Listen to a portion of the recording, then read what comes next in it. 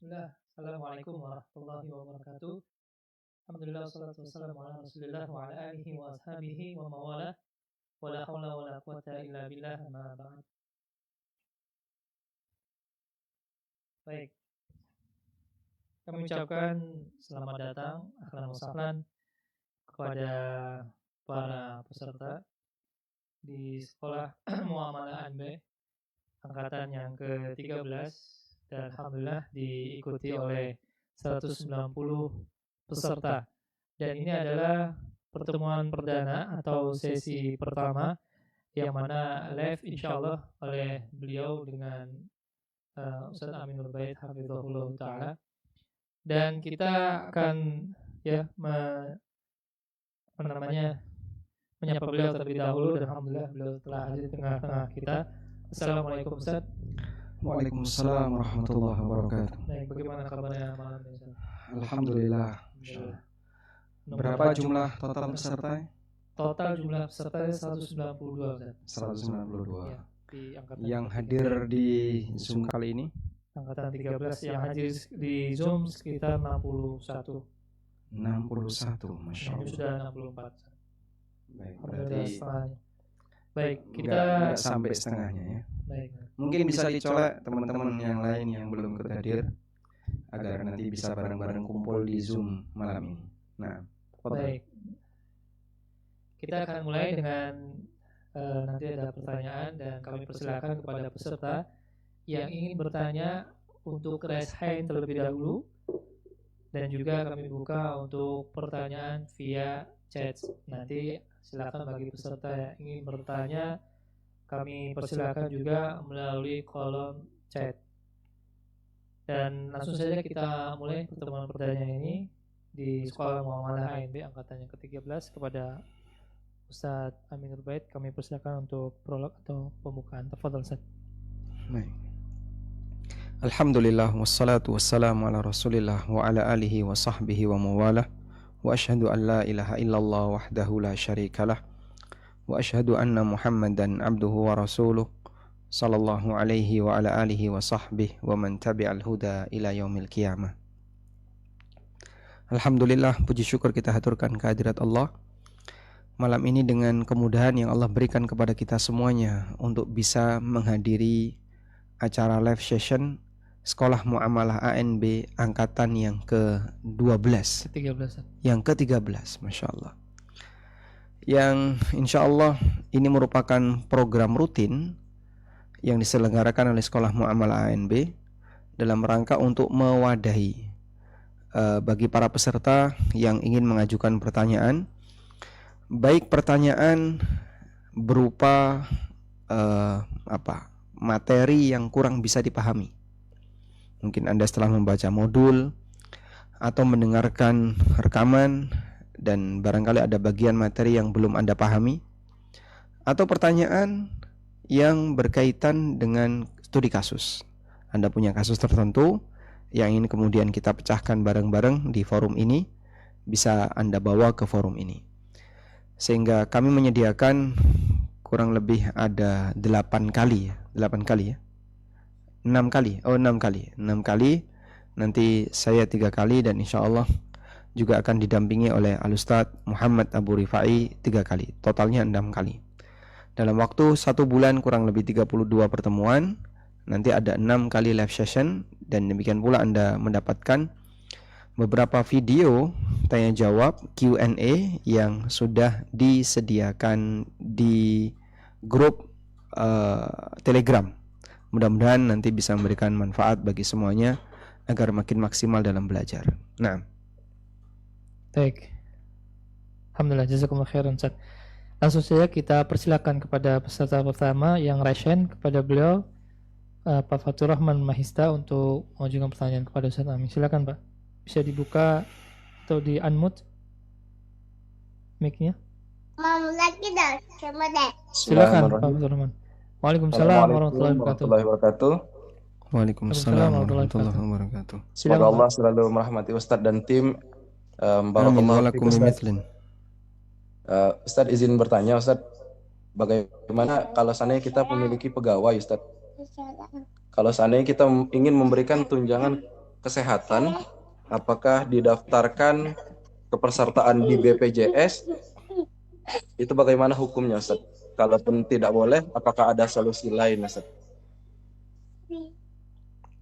Tayyib. Itu saja Ustaz, jazakallah khairan. Barakallahu fiik. Yang kami pahami bahwa BPJS Ketenagakerjaan untuk di negara kita ini termasuk di antara program negara, sehingga diwajibkan bagi perusahaan dengan kriteria tertentu untuk mendaftarkan karyawannya dalam kegiatan BPJS Ketenagakerjaan. Saya sendiri kurang begitu paham detail mengenai aturannya, tapi setahu saya itu bagian dari program pemerintah. Sehingga bisa jadi kalau perusahaan Anda memenuhi kriteria itu, maka nanti mereka akan mewajibkan kepada pemilik perusahaan untuk mendaftarkan karyawannya di BPJS Ketenagakerjaan. Selanjutnya, yang kami pahami dari skema yang digunakan BPJS Ketenagakerjaan, bahwa premi yang dibayarkan oleh perusahaan, sekian persen dari perusahaan, dan sekian persen adalah potongan gaji karyawan, itu kemudian diakumulasi dan selanjutnya nanti dikembangkan oleh BPJS. Info dari sebagian orang atau sebagian teman yang mereka bekerja di BPJS Ketenagakerjaan, mereka menyampaikan ada kebijakan dari pemerintah bahwa sekian persen, dan itu yang dominan ya, kalau nggak salah di atas 60, itu dikembangkan di obligasi, sementara sisanya dikembangkan dalam berbagai unit bisnis. Ada juga yang di surat-surat berharga seperti saham, sukuk, dan yang lainnya, tapi dominan obligasi. Nah, mendengar dari informasi ini, maka saya menyimpulkan berarti hasil pengembangan dari dana BPJS ini boleh kita sebut ya tidak sejalan dengan prinsip syariat, karena kita tahu bahwa obligasi adalah surat utang, dan setiap utang yang menghasilkan manfaat statusnya riba. Terlepas apakah utang itu digunakan untuk kegiatan konsumtif maupun kegiatan produktif, semua akad utang apapun pemanfaatan utang itu, maka tidak diperkenankan adanya tambahan. Dan obligasi kita tahu di situ ada tambahan dari hasil obligasi. Nah, jika demikian, maka hasil pengembangan dana BPJS Ketenagakerjaan yang diterima oleh karyawan ketika dia mengajukan klaim tidak boleh lebih dari nilai premi yang dibayarkan.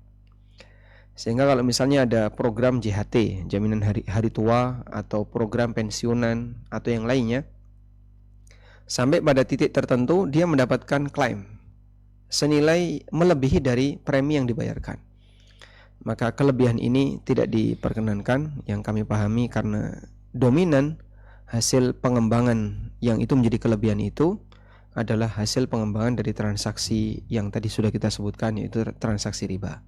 Wallahu alam, itu yang saya pahami. Ya, baik. Jazakallah khairan atas jawabannya. Kembali kami angkat pertanyaan dari chat yang sudah masuk dari Ibu Olivia Nifana. Bismillah, assalamualaikum ilaikum Ustaz. Semoga Allah menjaga Ustaz, keluarga beserta tim penyelenggara kajian ini.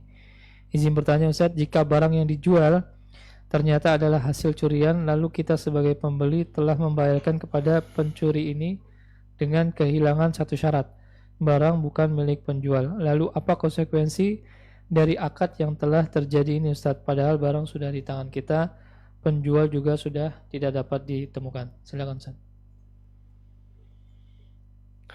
Baik, kalau posisi Anda sudah selesai akad dan Anda baru tahu, tadi gimana? Ada syarat apa? Satu syarat, barang bukan milik penjual Ustaz. Barang bukan milik penjual. Berarti hasil curian tersebut.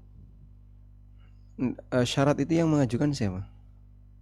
Kalau dia dalam kurungnya membayarkan kepada pencuri ini dengan kehilangan satu syarat tadi, barang bukan milik penjual. Mungkin ada syarat jual beli harus. Dia dimiliki kalau ndak penjual. tahu bahwasanya itu barang curian, nggak dosa. Tapi kalau tahu dari awal ini hasil curian, setelah itu dia bayarkan, dia tetap membeli, maka dia penadah, dan status penadah ikut berdosa karena ta'awun alal ismi wal udwan. Dia tolong menolong dalam maksiat. Sehingga dalam hal ini, apakah dia tahu kalau itu barang curian atau tidak? Kalau tahu, nggak boleh bagi dia untuk membelinya. Kalau nggak tahu, maka dia tidak berdosa, dan ketika dia beli, dia boleh untuk memilikinya. Bagaimana kalau tahunya setelah akad? Nah, kemudian setelah pencurinya dibayar, setelah itu baru tahu kalau ini hasil curian. Ternyata setelah dicari, hilang kontak dengan pencurinya. Wallahu alam, kalau Anda menemukan pemilik yang asli, maka yang lebih berhak terhadap barang itu adalah pemilik yang asli. Saya ulang ya. Jika Anda ternyata setelah membeli barang itu ketemu pemilik yang asli, maka pemilik yang asli lebih berhak untuk mengambilnya. Loh, tapi kan saya sudah beli. Nah, Anda membeli untuk objek yang Anda tidak punya hak untuk memilikinya. Loh, kan saya nggak tahu. Posisi Anda yang tidak tahu tidak bisa melegalkan kepemilikan orang lain. Sama halnya misalnya ada orang yang mengambil barang A tanpa sadar, ternyata itu bukan miliknya. Kemudian baru ketahuan setelah dia bawa pulang. Loh, iya ya, ternyata ini bukan barang saya. Ternyata barangnya si B. Lalu diambil sama B. Maka orang yang mengambil ini tanpa sengaja, dia wajib untuk mengembalikan kepada si B. Kita misalnya pakai sandal yang salah, ternyata itu sandalnya orang.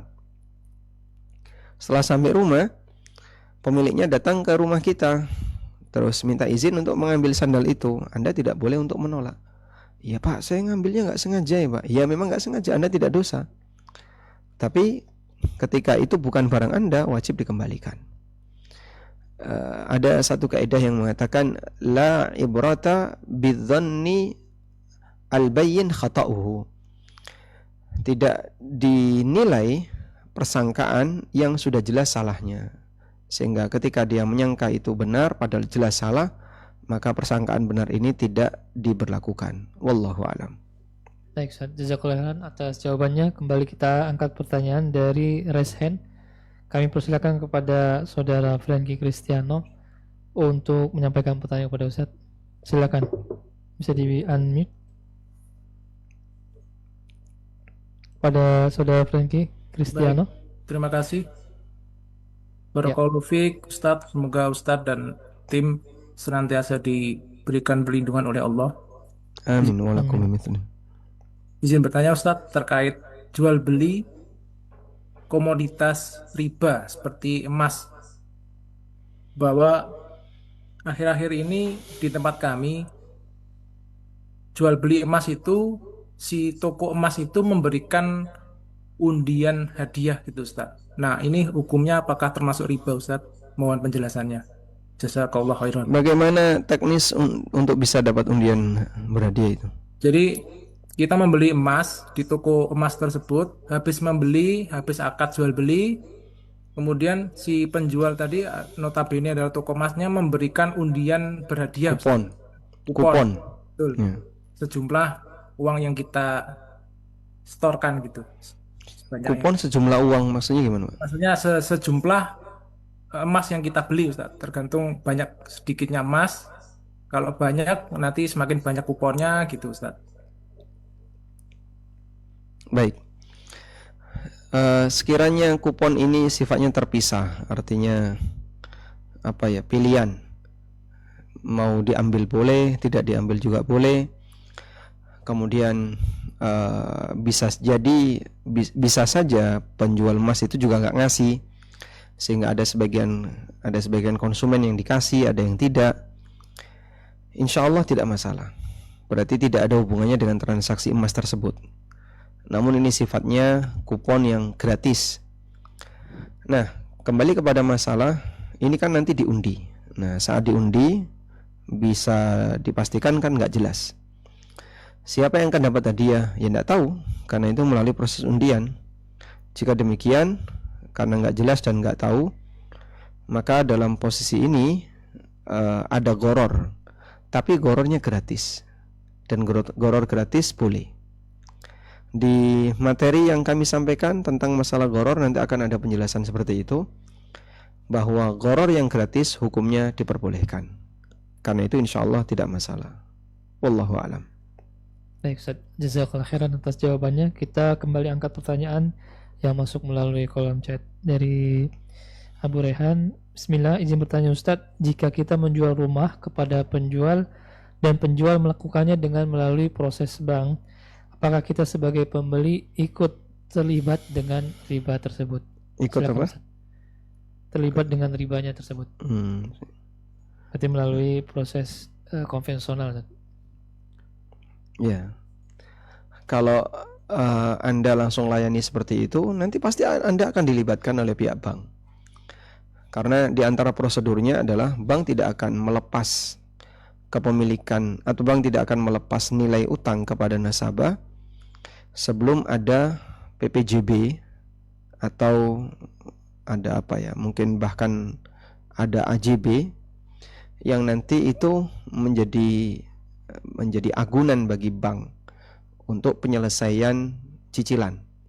Sehingga pada posisi ini Anda nanti akan dihadirkan untuk terlibat dalam transaksi itu dan turut tanda tangan. Jika demikian, maka posisi developer atau pemilik rumah berarti dia akan menjadi saksi terhadap transaksi riba. Karena dia menjadi saksi terhadap transaksi riba, dia terkena dosa jadi saksi akad. Dia ikut tanda tangan, ikut terlibat dalam transaksi tersebut. Solusinya bagaimana? Solusinya sebagai berikut. Ada salah satu kawan yang beliau anggota MUI daerah, dan beliau menyampaikan teknis berikut ini. Jadi di sini ada dua notaris. Notaris 1 dan notaris 2. Notaris 1 ini yang menghubungkan antara penjual dengan nasabah, dengan pembeli. Maka di notaris 1, dokumen-dokumen dari penjual atau developer akan dibawa oleh notaris 1. Kemudian nanti diserahkan ke notaris 2. Nah, di notaris 2 ini nanti yang akan menghubungkan antara pembeli dengan bank. Sekali lagi, prosedur yang dimiliki oleh bank bahwa dia tidak akan melayani transaksi ketika pengamannya tidak ada. Nah, dokumen di sini kan pengaman yang dibutuhkan oleh bank. Saat Anda sudah berakad dengan pembeli, maka pembeli punya hak terhadap dokumen itu, sehingga Anda berhak untuk menyerahkannya. Selanjutnya, terserah pembeli, kamu mau dapat uang dari mana, saya nggak mau tahu, yang penting saya tahunya kamu yang bayar. Dan saya hanya bertransaksi dengan kamu, saya tidak ikut campur mengenai transaksi kamu dengan bank. Walaupun bisa jadi kita tahu bahwasanya orang ini pasti akan melakukan transaksi dengan bank, tapi kita tidak ikut campur di situ. Kemaksiatan orang lain kita tidak ikut terlibat. Bahasa lainnya begini, ketika saya bertransaksi dengan A, kalaupun A misalnya mau membayar itu dari utang bank, saya tidak terlarang untuk melayaninya. Terus dia nanti kalau utang bank bagaimana? Mau siapapun yang melayani si A ini, mau siapapun yang menjual barang kepada si A pasti akan utang bank. Sehingga misalnya saya nggak mau, itu tidak akan membuat si A berhenti. Dia akan mencari penjual yang lain. Maka pada posisi itu si A akan tetap utang bank untuk mendapatkan unit tersebut. Dari sinilah kita tidak masuk kategori menolong si A, tapi itu menjadi maksiat pribadi si A. Baik. Terlebih lagi, sebenarnya utang bank bagi si A, uang yang diterima oleh si A dari utang bank itu uang utang, Yang terlarang adalah ketika si A membayar lebih. Dan dalam hal ini developer tidak ikut terlibat ketika si A membayar lebih ke bank. Wallahu a'lam. Intinya dalam hal ini posisi penjual diperbolehkan untuk melayani pembeli selama dia tidak ikut terlibat langsung dalam transaksi tersebut dengan bank. Wallahu a'lam. Baik Ustaz, jazakallahu khairan atas jawabannya. Kemudian kita buka pertanyaan kembali yang masuk melalui rasen. Kami persilakan kepada saudara Nikho Sanjaya untuk bisa memberikan pertanyaan. Silakan. Bismillahirrahmanirrahim. Assalamualaikum warahmatullahi wabarakatuh. Waalaikumsalam warahmatullahi wabarakatuh. Barakallahu fiik. Alhamdulillah Ustaz, saya ini diberikan amanah sama warga saya, seorang ketua RT. Di sini ada 3 pertanyaan yang terkait profesi saya. Jadi yang pertama masalah izin usaha, bukan izin usaha, lebih ada warga yang meminta surat domisili untuk tetap membuka usaha. Usahanya itu berkaitan dengan jual beli miras dan miras dan babi. Miras dan babi. Ya, miras dan babi. Tapi permasalahannya untuk RT yang sebelum itu disilakan, dan warga ada beberapa yang setuju saja karena mendapatkan kompensasi dari situ. Kemudian di situ pada waktu Lebaran kemarin kebetulan saya dapat parcel dari beliau, karena saya belum tahu itu pemberian dari siapa. Katanya biasanya seperti itu, dia memberikan parcel kepada saya bingkisan lebaran seperti itu. Ternyata setelah saya tahu ternyata usahanya yaitu memang jualan babi tua seperti itu, minuman keras. Itu warga setempat atau pendatang, Pak? Pendatang. Jadi pendatang itu sudah kontrak di tempat saya, di tempat saya. Masya Allah. Ini di daerah mana, Pak? Tempat saya Di punya mana? di Kabupaten Semarang. Ada tokoh masyarakat yang mungkin bisa diajak bareng-bareng untuk menangani itu. Untuk masalah tokoh masyarakat, kebetulan kemarin malah meminta kepada saya untuk melegalkan. Masya Allah. Jadi, Ini berbahaya, Pak. Jelas. Ya, ketika Anda menyetujui pada posisi Anda sebagai pemimpin lingkungan di situ, baik RT maupun RW, ya ini sangat berbahaya bagi masyarakat tersebut.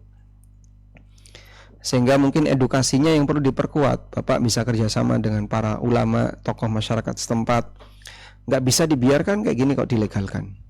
Sehingga masyarakat yang minta kepada Bapak untuk melegalkan, mereka ini orang yang mentalnya salah, ya. Hanya disogok dengan nilai tertentu, dan itu sangat berbahaya. Sehingga pilihannya adalah Bapak tidak akan memberikan izin legal, walaupun nanti akan berkonsekuensi dimusuhi, ya, dan bisa pasang badan, saya siap untuk dimusuhi karena ini jelas berbahaya bagi masyarakat. Dan mungkin nanti juga bisa dilaporkan ke petugas agar dimediasi, sehingga Bapak punya boleh disebut backing, ya, orang yang resmi dalam masalah ini. Mungkin pengalaman yang terjadi di Jogja bisa dijadikan sebagai pelajaran. Ketika ada outlet yang jualan miras tersebar di mana-mana, alhamdulillah karena masyarakat Jogja bersatu untuk melawan itu, akhirnya tutup. Padahal dulu mereka dengan gagahnya merasa bahwasanya dia punya posisi dekat dengan aparat maupun pemerintah, sehingga masyarakat merasa ini akan sulit diubah. Ternyata alhamdulillah Allah mudahkan, di mana gerakan-gerakan masyarakat yang anti miras terutama waktu itu adalah Muhammadiyah dan juga teman-teman Kokam yang proaktif, kemudian ngajak Banser juga yang proaktif, akhirnya alhamdulillah berhasil. Kita nggak bisa membayangkan ketika masyarakat kita dijejali dengan miras dan makanan-makanan haram, padahal mayoritas mereka muslim. Kemudian kemarin juga sempat ada pernyataan dari pihak kepolisian bahwa tingkat kriminalitas naik gara-gara miras. Ya, meskipun pernyataan itu bagi saya terlalu normatif. Artinya semua orang tahulah yang namanya kriminalitas akan naik karena miras. Ya, baru kemudian setelah itu ditutup. Dan itu alasan yang cukup kuat. Ya, maka mungkin bisa disampaikan, ya perlu keberanian. Dan kalau Bapak misalnya nggak sanggup, ya pilihannya mundur. Saya nggak ikut campur dan saya akan lepaskan posisi saya sebagai pemimpin lingkungan, nggak jadi RT, nggak jadi RW. Nanti yang nanggung dosa adalah siapapun yang terlibat untuk melegalkan itu. Tapi akan ada PR besar ketika di tengah masyarakat ada perusahaan miras atau penjual babi. Wallahu a'lam. Untuk hukum mudhali Ustaz, Ya, mohon diulang, Pak. untuk pre-hukum dari mana hadiahnya ini bagaimana ya Ustaz? Parsel yang sudah Bapak terima, karena ini kan pada posisi Bapak harus memberikan penolakan, itu sogok. Parsel itu statusnya sogok, Bapak tidak boleh nerima. Bapak kembalikan atau kasihkan fakir miskin. Yang paling apa ya, yang lebih baik saya sarankan dikembalikan. Mohon maaf Pak, saya tidak mau nerima seperti ini karena saya tidak makan babi. Ya. Olahan babi yang diberikan. Ya, saya paham kalau yang diberikan kan makanan yang bukan olahan babi ya. Cuman alasan tadi tujuannya adalah dia dapat ini kan dari hasil jualan babi. Ustaz, terima kasih. Baik. Tawakkal 'ala Allah. Karena Anda bisa melihat gimana perjuangan para nabi, meskipun kita tidak bisa membandingkan diri kita dengan para nabi. Dan untuk bisa mendapatkan predikat takwa, orang butuh perjuangan. Wallahu a'lam. Baik. Cukup nih, Pak. Terima kasih jazakallahu khairan Ustaz atas jawabannya. Semoga Allah mudahkan semuanya, Pak. Kita lanjutkan Ustaz untuk pertanyaan berikutnya. Kita bacakan dari kolom chat. Bismillah, Afan izin bertanya Ustaz, bagaimanakah hukumnya bekerja di kantor lelang yang salah satu contoh objek lelangnya adalah properti sitaan bank karena default? Jazakallahu khairan. Silakan Ustaz. Wallahu a'lam, saya tidak bisa memberikan jawaban untuk ini. Mungkin Anda bisa tanyakan ke yang lain. Sebab saya tidak tahu bagaimana prosedur lelang di negara ini yang lebih detail, apakah ada unsur kezaliman atau tidak. Kalau jual beli lelangnya tidak ada masalah. Sebab jual beli lelang itu termasuk di antara jual beli yang pernah ada di masa silam. Bahkan dalam hadis riwayat Abu Dawud, Rasulullah SAW pernah melakukan praktek lelang. Meskipun hadis ini dipermasalahkan oleh sebagian ulama. Coba kita lihat teks hadisnya.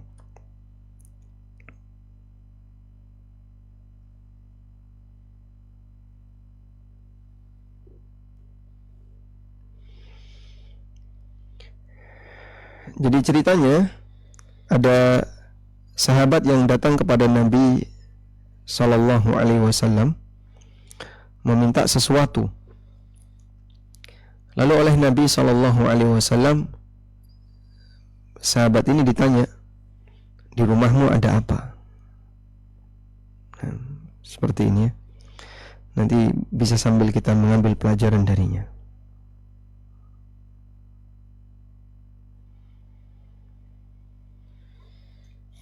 Dari Anas bin Malik radhiyallahu anhu, beliau bercerita, anna Rasulullah sallallahu alaihi wasallam ba'a hilsan wa qadhan. Rasulullah sallallahu alaihi wasallam menawarkan sebuah taplak dan satu mangkok, satu gelas. Wa qala, lalu beliau mengatakan, "May yashtari hadzal hils wal qadah." Siapa yang mau membeli dua benda ini, taplak dan gelas ini? Faqala rajulun, lalu ada orang yang mengatakan, akhadtuhuma bidirhamin. Aku siap membeli dengan harga 1 dirham. Faqala Nabi sallallahu alaihi wasallam, lalu Nabi sallallahu alaihi wasallam bersabda, "Man yazid ala dirham." Siapa yang mau nambah harga lebih dari 1 dirham? Man yazid ala dirham. siapa yang mau melebihkan harga melebihi 1 dirham, fa'atahu rajulun dirhamain faba'ahuma, lalu ada orang yang siap membeli dengan 2 dirham, kemudian diserahkan kepada orang itu. Baik, hadis ini menunjukkan bahwa diperbolehkan untuk melakukan praktek lelang. Walaupun hadis ini dinilai dhaif oleh sebagian ulama, namun di sini dinyatakan akhrajahu Abu Dawud, Ibnu Majah dan Ibnu Abdul Bar fi Tamhid. Ya, wa ala kullin, kalau misalnya hadis ini adalah hadis yang hasan, kesimpulannya kalau hadis ini hadis yang hasan, maka bisa dijadikan sebagai praktek ya, dalam kegiatan muamalah, yaitu jual beli lelang. Namun saya tidak tahu tentang prosedur sitaan-sitaan dalam lelang itu, apakah itu dominan atau tidak, kemudian bagaimana prosedur sitaannya, sehingga nanti bisa kita jelaskan lebih tegas apakah praktek seperti itu boleh atau tidak. Wallahu a'lam. Baik, Ustaz. Jazakallahu khairan atas jawabannya. Kemudian kita lanjutkan, kita angkat pertanyaan yang masuk dengan melalui raise hand. Kami persilakan Saudara Latifah Oktaviani untuk menyampaikan pertanyaannya. Silakan. Bisa di-unmute. Bismillahirrahmanirrahim. Assalamualaikum warahmatullahi wabarakatuh. Waalaikumsalam warahmatullahi wabarakatuh. Semoga Allah merahmati Ustadz dan tim. Izin bertanya Ustadz tentang praktek just tip atau jasa titip yang sekarang marak di jual beli ya. Kalau dari bab yang kemarin belajar itu ada beberapa akad di mana yang diperbolehkan dan yang tidak diperbolehkan.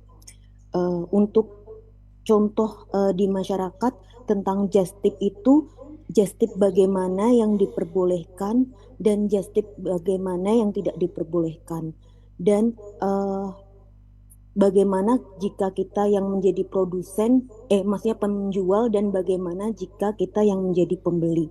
Karena seperti beberapa just tip itu melakukan syarat dan ketentuan yang berbeda-beda. Terima kasih Ustadz. Wassalamualaikum warahmatullahi wabarakatuh. Waalaikumsalam warahmatullahi wabarakatuh. Baik.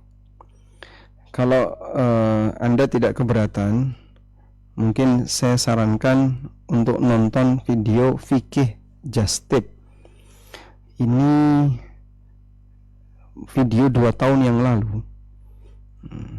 Ada beberapa video ya. Mungkin saya sarankan yang ini. Coba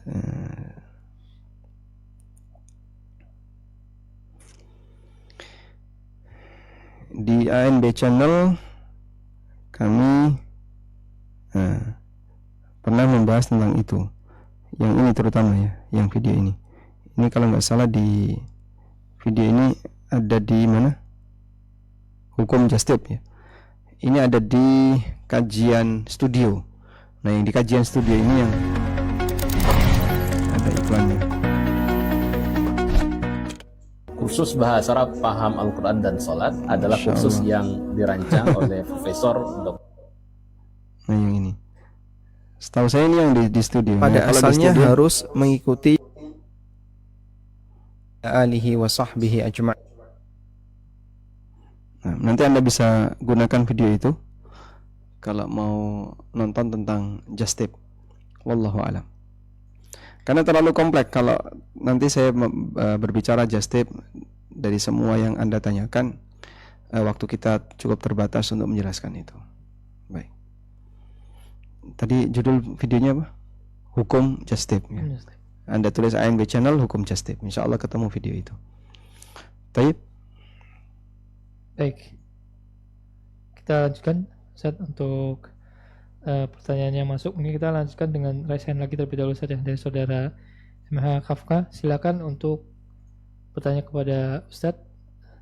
Bisa langsung open mic. MA Kafka bisa mendengar?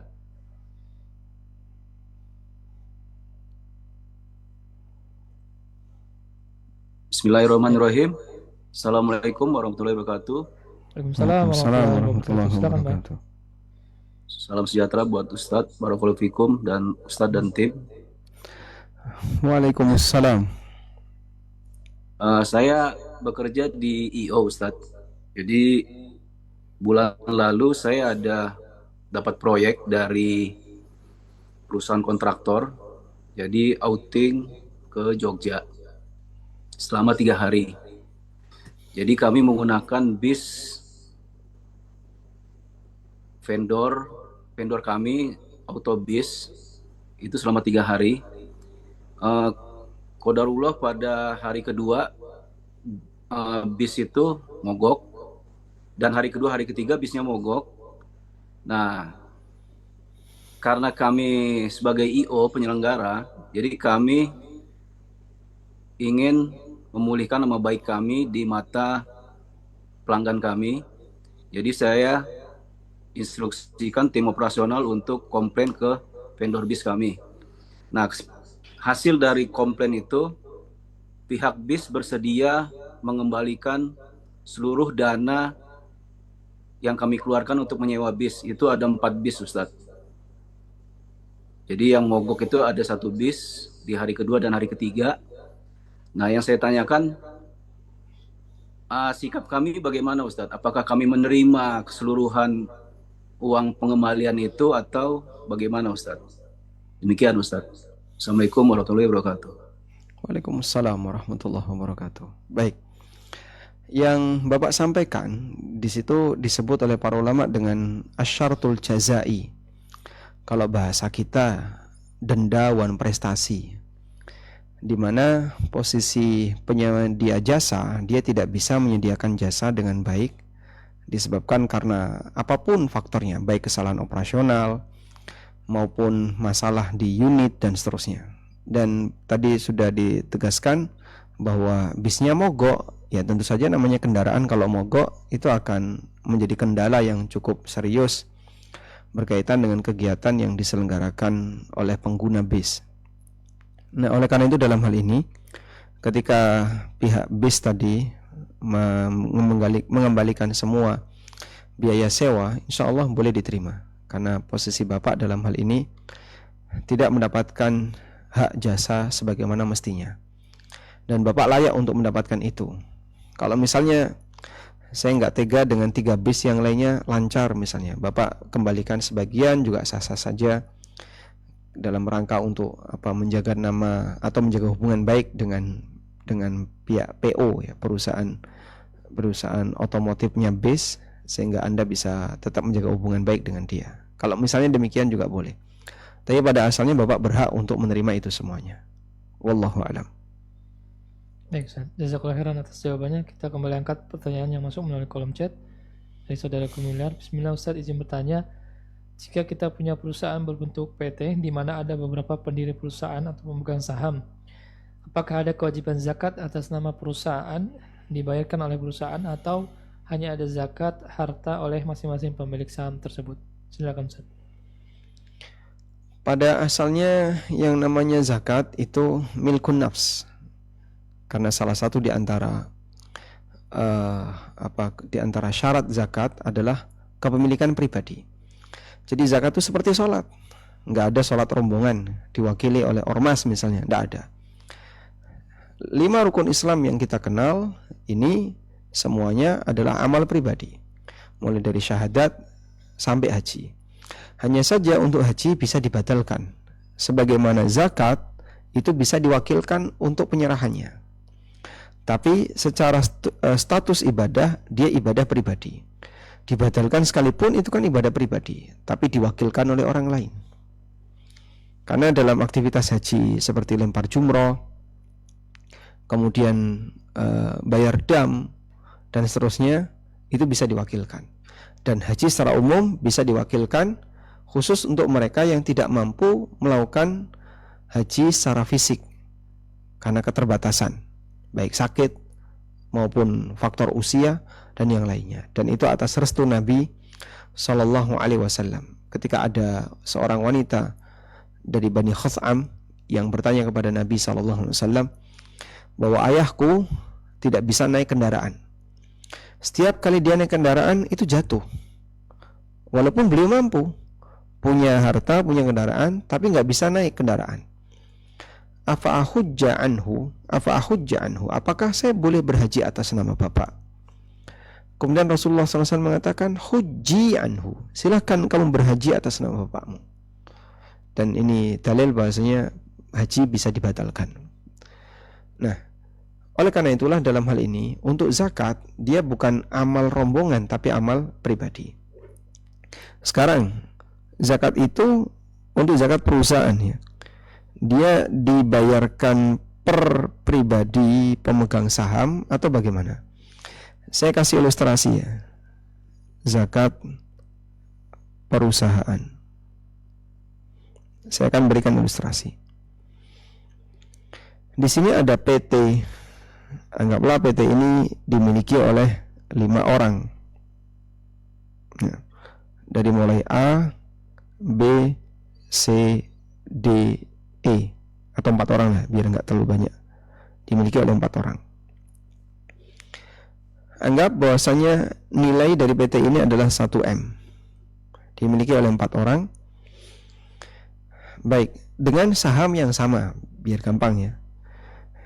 Nah, Anda bisa lihat bahwa 1M nilai PT ini berarti masing-masing orang punya 250 juta.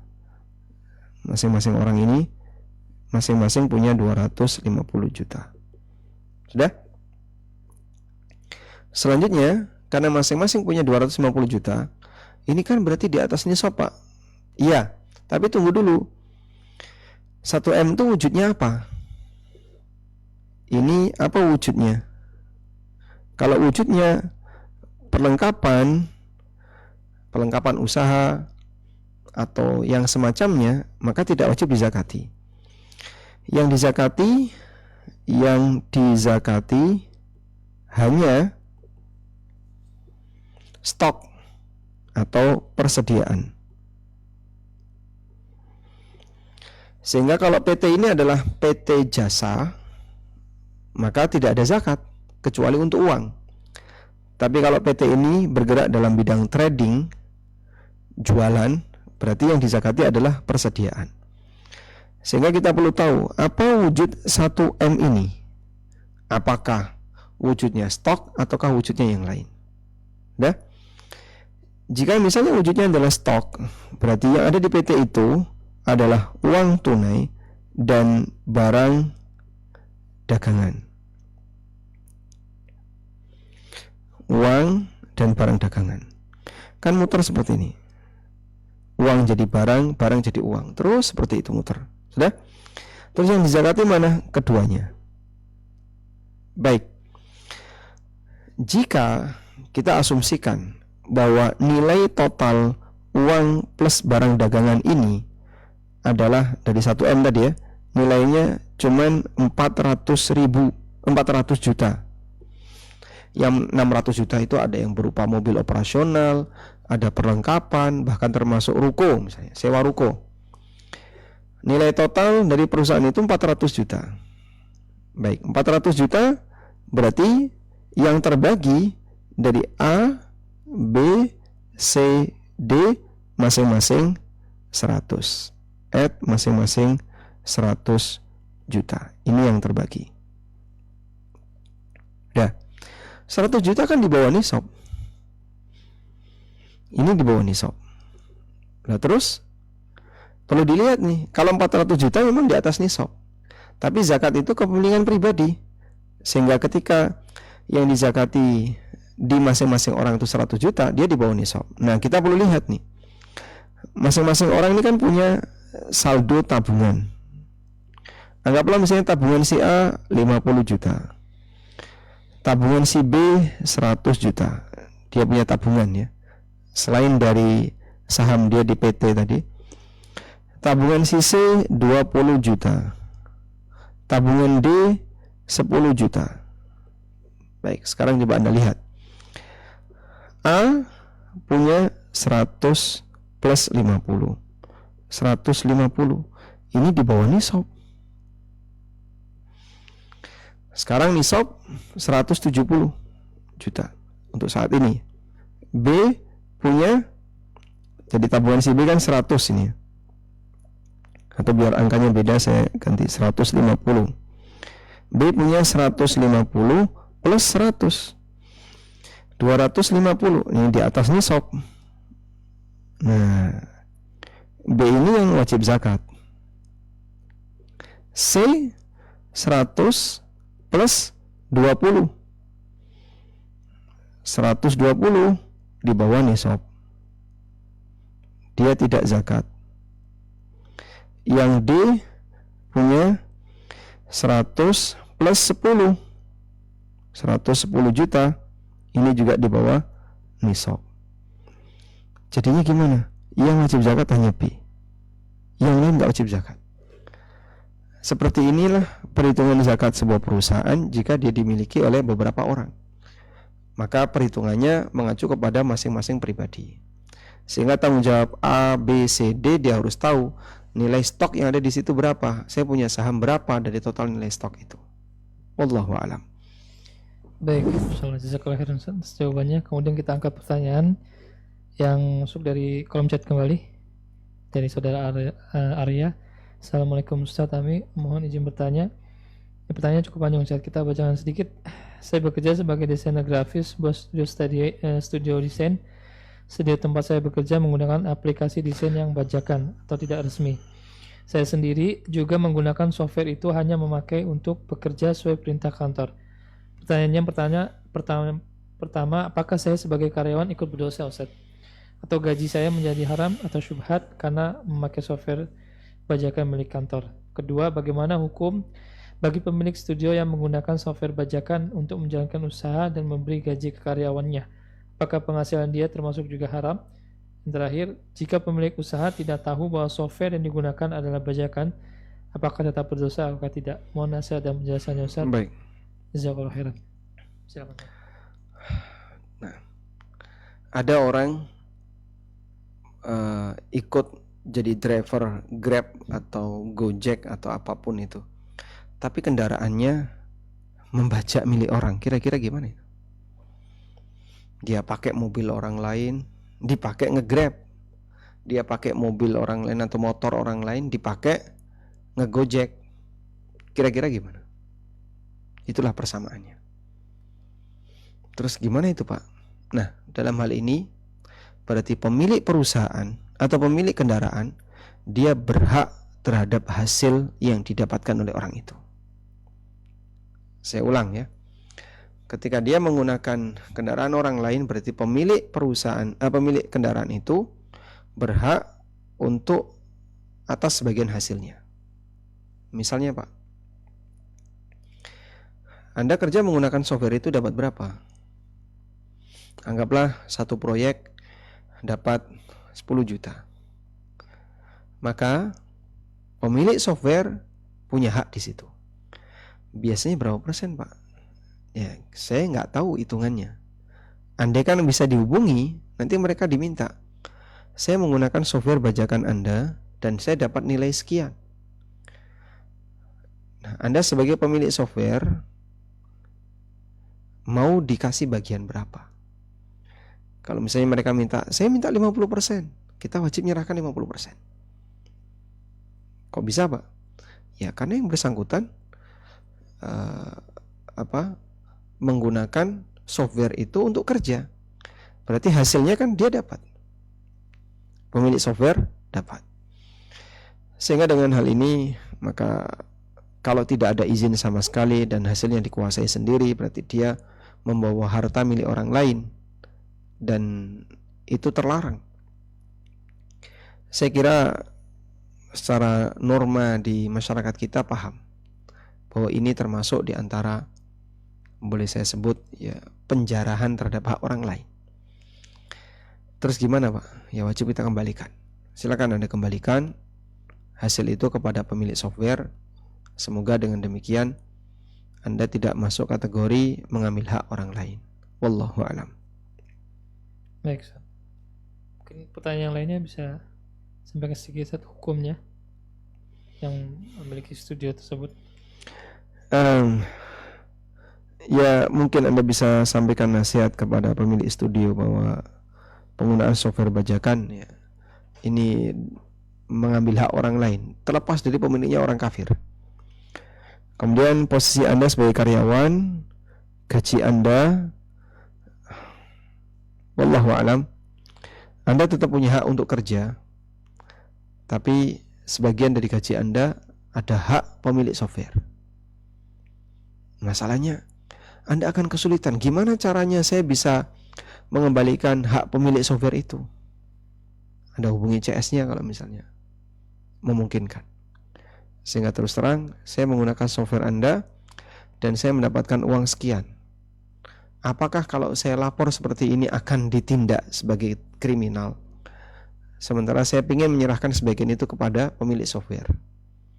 Saya nggak tahu apakah mereka bersedia atau tidak. Wallahu a'lam. Baik, jazakallahu khairan Ustaz atas jawabannya. Kita persilakan untuk tanya berikut dari Susanto Pacitan yang resen, bisa unmute atau open mic. Silakan Pak. Untuk Pak Susanto silakan. Assalamualaikum warahmatullahi wabarakatuh. Waalaikumsalam warahmatullahi wabarakatuh. Izin bertanya Ustadz, jika sebelumnya kita sudah berakad kerjasama dengan beberapa orang, 10 orang, dan di kemudian hari ada beberapa orang yang ingin bergabung dalam kerjasama di awal, apakah harus membatalkan akad kerjasama awal dan membuat akad ulang, ataukah cukup? Saya coba diulang. Jadi Anda pertama kali mengadakan kerjasama dengan 10 orang. 10 orang, Lalu di beberapa waktu kemudian ada beberapa orang yang ikut bergabung dalam kerjasama tersebut. ya, beberapa orang yang mau gabung itu harus atas seizin 10 orang tadi, begitu? Atas izin 10 orang. Ya. Cuman apakah harus membatalkan akad yang lama sehingga membentuk akad baru, ataukah cukup mengikuti syarat ketentuan yang awal? Contohnya BMT Ustadz. Qadarullah saya alumni workshop Jogja Ustadz. Oh baik. Bapak sudah berapa lama untuk usaha pertama ini jalan? 6 bulan Ustadz. Oh baru 6 bulan. Baru 6 bulan. Baru 6 bulan itu kan berarti valuasinya tidak begitu kelihatan ya. Kenaikan nilai dari perusahaan nggak begitu kelihatan ya. Betul. Berarti antara awal dan sekarang nilainya masih sama. Masih kurang lebih sama. Cuman kan kalau di BMT Ustadz itu kan pendirian pertama karena berizin koperasi syariah. Itu kan akad musyarakah awal kan didirikan oleh minimal 9 orang.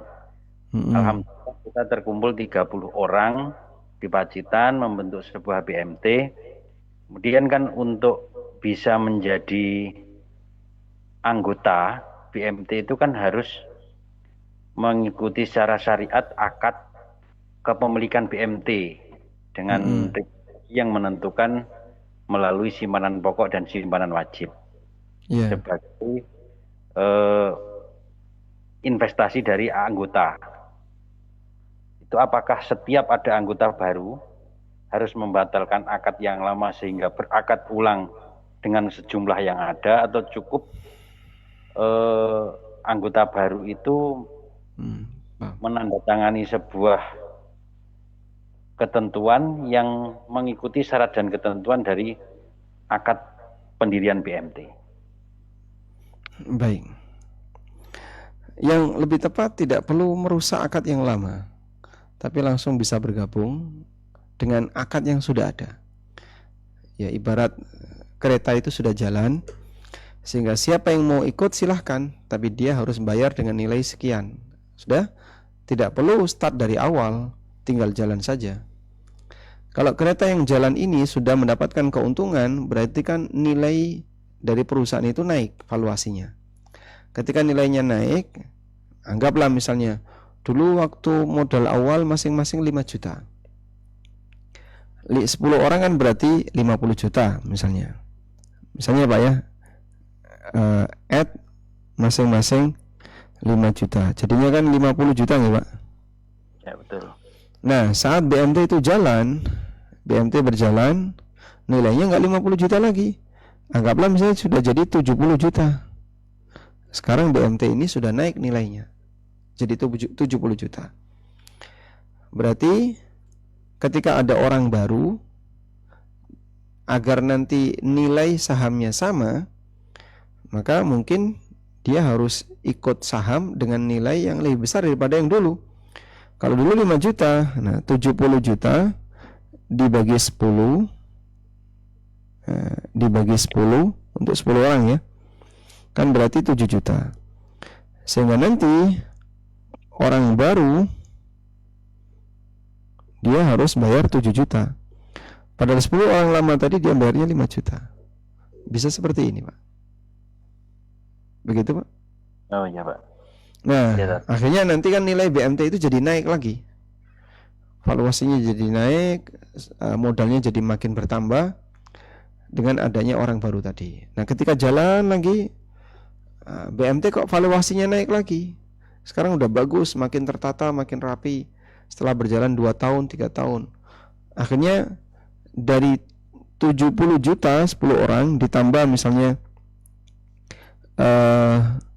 10 orang yang baru, berarti kan dari 140 ya, jalan anggaplah naik jadi 150 juta nilai dari BMT itu. Nah, ketika sudah naik jadi 150 juta, orang mau bergabung dia harus naik lagi nilainya, karena 150 ini dimiliki oleh 14 orang. Kok 14? 20 orang ya, dimiliki oleh 20 orang. Sehingga masing-masing punya saham 7,5 juta. 150 dibagi 20 7,5 juta. Saat ada orang baru, ya, jika mau dijadikan sebagai pemilik saham yang sama dengan para pendiri, maka bisa digabungkan, sehingga nanti dia harus bayar 7,5 juta. Dan demikian seterusnya. Bisa dipahami insyaallah? Bisa, Ustaz. Nah, Untuk jika yang bergabung itu jumlah modalnya berbeda, itu tidak masalah ya, Tat? tidak masalah. Nah, maka nanti saham dia jadi lebih sedikit. Terus kemudian untuk pembagian hasilnya, Ustaz, itu apakah harus karena produk kita itu menjual barang dengan sistem cicilan?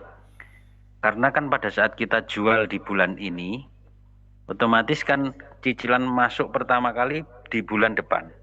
Itu untuk pembagian keuntungan, misalnya kita sepakati 30% untuk pemodal dan 70% untuk pengelola.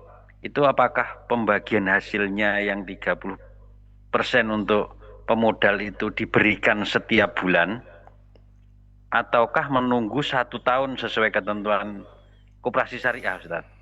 Baik, kalau ketentuan dari pemerintah saya kurang paham. Tapi kalau dari sisi syar'i sesuai kesepakatan.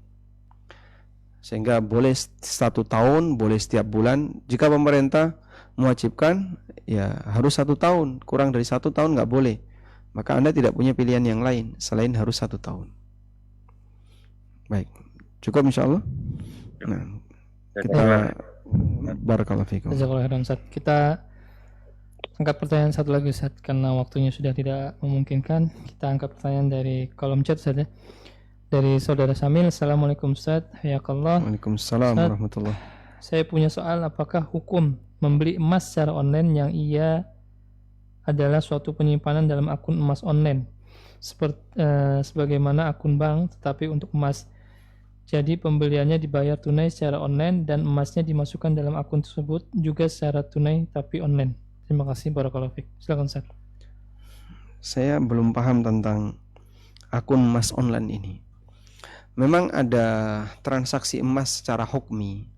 Jadi akad emas itu kan harus takobut, yadan biyadin. Itu syarat yang tidak boleh ditawar. Karena Nabi SAW mengatakan, al-wariku bidzahabi riban illa ha wa ha.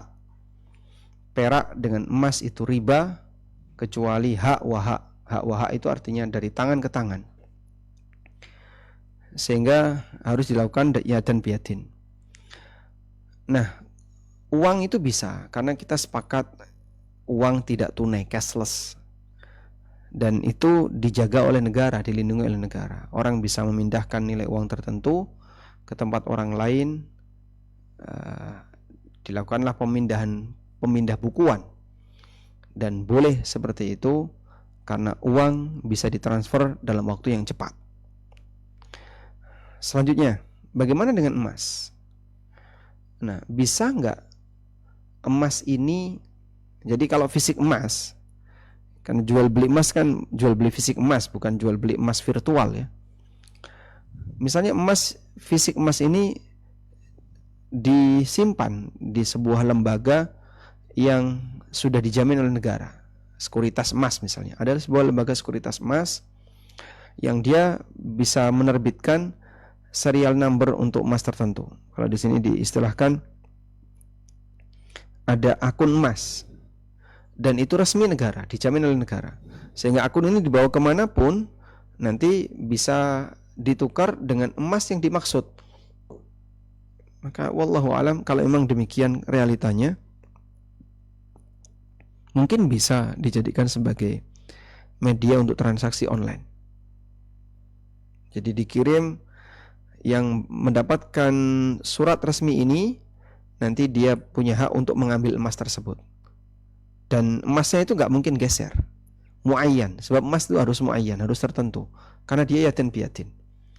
Nggak bisa misalnya emasnya ada di Surabaya, kamu boleh ambil di Jakarta dengan emas yang berbeda. Oh, nggak bisa kalau kayak gitu, harus emas itu. Sudah. Nah, setelah dia mendapatkan surat bukti kepemilikan itu, dia bawa ke butik yang menyediakan emas tadi, dicocokkan. Oh Pak, emas untuk nomor ini memang tersimpan di tempat kami, tunggu diserahkan, insya Allah tidak masalah. Tapi kayaknya masih cukup rumit untuk dibayangkan bisa seperti itu, sebab emasnya tidak bergerak, emasnya hanya ada di satu tempat tadi. Kecuali setelah mendapatkan itu, kemudian dikirim dari kantor A ke kantor B yang ada di luar kota. Nanti silahkan kamu ngambil di kantor B. Di Surabaya ada, di Jakarta ada. Karena sekali lagi emas itu harus muayyan, sebab dia harus yadan biadin. Wallahu alam, itu yang saya pahami. Baik, Masya Allah, jazakallahu khairan atas jawabannya. Sepertinya waktu itu tidak memungkinkan, Ustaz. Kalau sudah kurang lebih 1 jam kita menemani peserta sekolah muamalah HNB angkatan ke-13 pada malam hari ini. Dan sekali lagi kami mohon maaf kepada penanya yang sudah mengirimkan pertanyaannya, pada peserta yang sudah mengirimkan pertanyaannya baik melewat kolom chat dan raise hand yang tidak bisa kami jawab satu persatu. Dan insya Allah untuk sesi Zoom ini kita akan share di channel YouTube ANB. Dan penutup malam ini kita informasikan juga terakhir untuk mengerjakan ujian pekan pertama. Jadi masih ada kesempatan bagi yang belum mengerjakan, bisa langsung mengerjakan. Dan insya Allah kita akan ketemu lagi di live hari Jumat bersama beliau Ustadz Muhammad Abu Rifai hafizahullah. Demikian yang dapat kami sampaikan, kurang lebihnya kami mohon maaf, dan insya Allah kita bersua kembali di pertemuan berikutnya. Dari kami kita akhiri dan kita tutup dengan doa kafaratul majelis. Subhanakallahumma bihamdika asyhadu an la ilaha illa anta astaghfiruka wa atubu ilaik. Wassalamualaikum warahmatullahi wabarakatuh.